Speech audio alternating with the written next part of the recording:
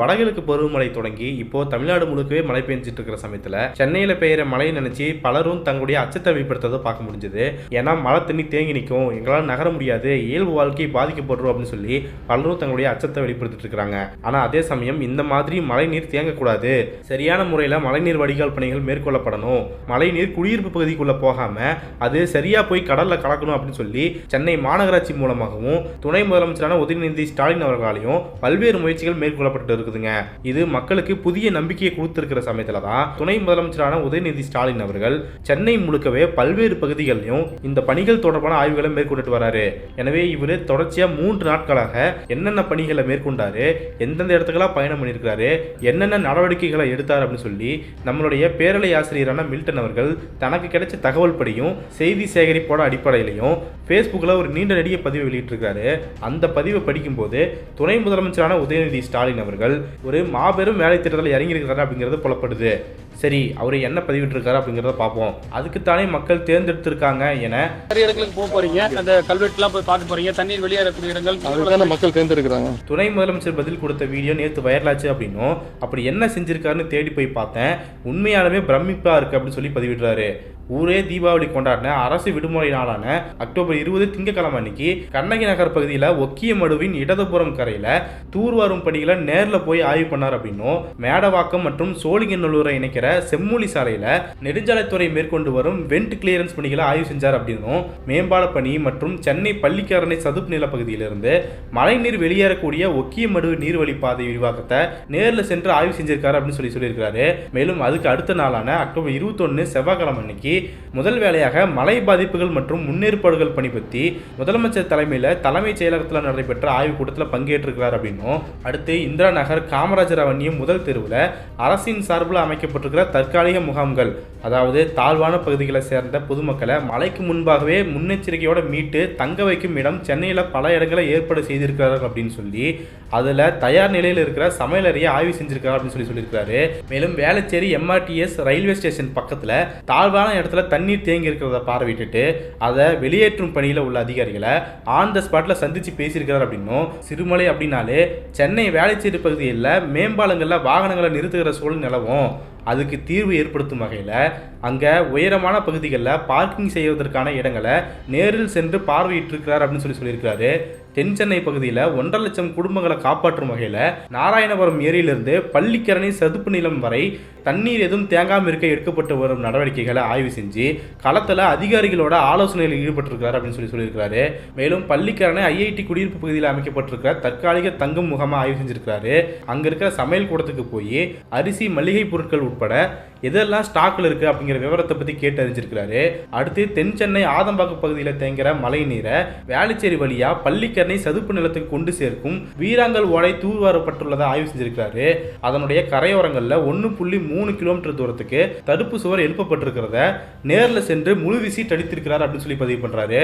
மேலும் ஓடைக்குள் குப்பை தேங்காமல் இருக்க போடப்பட்டுள்ள கம்பி வலைகளையும் ஆய்வு செஞ்சிருக்கிறார் அப்படின்னும் சென்னை ஆதம்பாக்கம் கக்கன் பாலம் பக்கத்தில் 100 HP மோட்டார் மூலம் மழைநீரை வெளியேற்றுவதற்கான மேற்கொள்ளப்பட்ட ஏற்பாடுகளை நேரில் ஆய்வு செஞ்சிருக்கார் அப்படின்னும் ஆதம்பாக்கம் சிட்டிலிங்க் சாலை பகுதியில் நடைபெற்ற சாலை சீரமைப்பு பணிகள் குறித்து அதிகாரிகளோட ஆய்வு செஞ்சிருக்கிறார் அப்படின்னும் வேளச்சேரி பகுதியில் தனியார் பள்ளியில் அமைக்கப்பட்டிருக்கிற தற்காலிக தங்குமிடத்திற்கு இரவில் சென்று ஆய்வு செஞ்சிருக்கிறார் அப்படின்னு சொல்லி குறிப்பிட்டிருக்கிறாரு.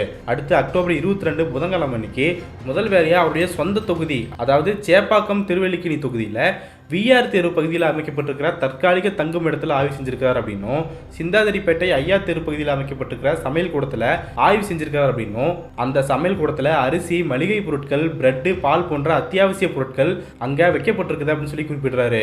அடுத்து சேப்பாக்கம் திருவல்லிக்கேணி தொகுதியில் தாழ்வான பகுதிகளில் வசிக்கக்கூடிய பொதுமக்களை தங்க வைப்பதற்காக சிந்தாதிரிப்பேட்டை மேற்கு கூவம் சாலையில் இருக்கிற சென்னை உயர்நிலை பள்ளியில் தற்காலிக தங்கும் முகாம் ஏற்பாடு செய்யப்பட்டிருக்குது அப்படின்னும் அங்கே அவரை நேரில் போய் ஆய்வு செஞ்சிருக்கிறதா குறிப்பிட்டிருக்கிறாரு. சென்னை அண்ணா சாலை மற்றும் GP சாலையை இணைக்கிற பகுதியில் மழைநீர் வடிகால் பணிகளையும் மழைநீர் வடிவதற்காக செய்யப்பட்டுள்ள பிற ஏற்பாடுகளை நேரில் ஆய்வு செஞ்சிருக்கிறார் அப்படின்னும் வடகிழக்கு பருவமழை நேரத்தில் சென்னை மக்களோட நேரடியாக தொடர்பில் இருக்கும் வகையில் பெருநகர சென்னை மாநகராட்சியில் அமைக்கப்பட்டிருக்கிற ICC, அதாவது ஒருங்கிணைந்த கட்டளை மற்றும் சேவை மையத்தில் காலை ஆய்வு செஞ்சிருக்காரு அப்படின்னும் 1 1913 ஹெல்ப்லைன் நம்பர் மூலமாகவும் சமூக வலைதள பக்கங்கள்லையும் மழை தொடர்பாக உதவிகள் கேட்டு கோரிக்கை விடுத்த பொதுமக்கள் கிட்ட இவரே பேசியிருக்காரு அப்படின்னும், இது தொடர்பான வீடியோக்கள் அவருடைய ஃபேஸ்புக் மற்றும் எக்ஸ் பக்கத்தில் இருக்குது அப்படின்னும், அவர்களுடைய கோரிக்கையை நிறைவேற்றி தர அதிகாரிகள் எடுக்கும் நடவடிக்கையையும் அதே இடத்துல இருந்து எப்படி கம்ப்ளைண்ட் ரிசால்வ் ஆகுது அப்படின்னு சொல்லி ஃபாலோ அப் செஞ்சிருக்கிறாரு அப்படின்னு சொல்லி குறிப்பிட்டிருக்கிறாரு.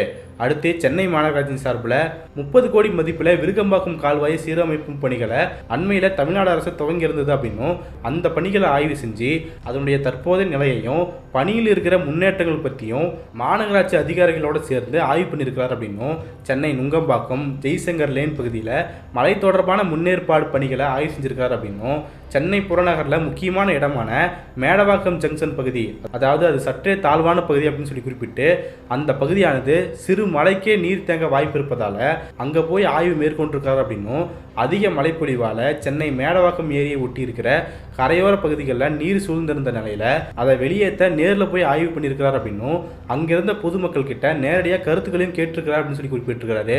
எனவே இதையெல்லாம் குறிப்பிட்டு அடுத்து என்ன சொல்கிறாருன்னா, தன்னுடைய தொடர் விசிட்டுக்கு பிறகு இதுதான் ஹைலைட்னு சொல்லி, அரசு சார்பாக நிறைய வேலை நடக்குது, அரசு சார்பாக நிறைய வேலை இருக்குது, அது ஒரு பக்கம் இருக்கட்டும், கட்சிக்காரர்களாக நாம் சும்மா இருக்க முடியாதுல்ல, மழை நேரத்தில் என்ன செய்ய போகிறோம் அப்படின்னு கட்சி நிர்வாகிகள், கட்சியின் மக்கள் பிரதிநிதிகள் எல்லாரையும் அறிவாலயத்துக்கு வர வச்சு சந்திச்சிருக்கிறார் அப்படின்னும், அவர்கள் எப்படி பெருநகர மாநகராட்சியோடையும் தன்னார்வர்களோடையும் இணைஞ்சி நிவாரண பணியாற்ற வேணும் அப்படின்னு சொல்லி முழு அறிவுரைகளையும் வழங்கியிருக்கிறார் அப்படின்னு சொல்லி குறிப்பிட்டிருக்காரு.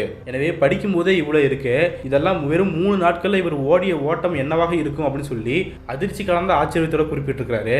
எனவே இந்த முக்கியமான பணிகளை மேற்கொண்ட துணை முதலமைச்சரான உதயநிதி ஸ்டாலின் அவர்களை டேக் பண்ணி கீப் இன்ஸ்பைரிங் சார் அப்படின்னு சொல்லி, நீங்கள் எந்த கட்சியாக வேணா இருக்கலாம், உங்களுக்கு தனிப்பட்ட முறையில் ஒரு விசுவாசம் இருக்கலாம், ஆனால் அதையெல்லாம் தாண்டி ஒரு மனிதருடைய சீரியஸான கமிட்மெண்ட்டும் அவருடைய கடின உழைப்பும் மதிக்கப்பட வேண்டும், கொண்டாடப்பட வேண்டும் அப்படிங்கிறத குறிப்பிட்டு இந்த பதிவை பேரலை ஆசிரியரான மில்டன் அவர்கள் குறிப்பிட்டிருக்கிறாரு.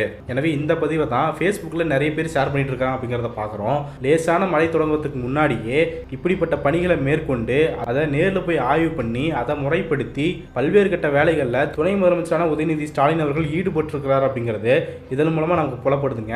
ஏற்கனவே கடந்த வருடம் நாராயணபுரம் ஏரி இருக்கிற பகுதியில் இவர் மேற்கொண்ட ஆய்வுகள் கிட்டத்தட்ட பல குடும்பங்களை காப்பாற்றிருக்கு அப்படிங்கிறது அந்த பகுதி மக்கள் சொல்லக்கூடிய விஷயமா இருந்தது.